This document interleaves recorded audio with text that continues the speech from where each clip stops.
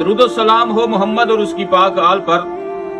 کوفہ کا شہر تھا، 40 ہجری تھی، 20 ماہ رمضان کا دن تھا۔ طبیب کو بلایا گیا۔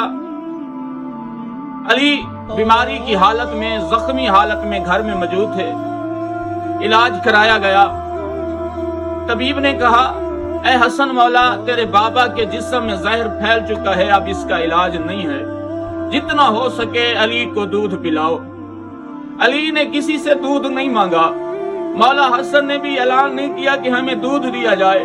حکیم کی زبان سے، طبیب کی زبان سے لفظ دودھ نکلا۔ کوفہ کی ہر عورت، بچہ، مرد و زن دودھ کے لے کر آ گئے۔ مگر کربلا کا میدان تھا، 10 محرم کا دن تھا، 61 ہجری تھی۔ 3 دن کا پیاسا علی کا بیٹا حسین پانی مانگتا رہا، لوگ پتھر مارتے رہے، تلواریں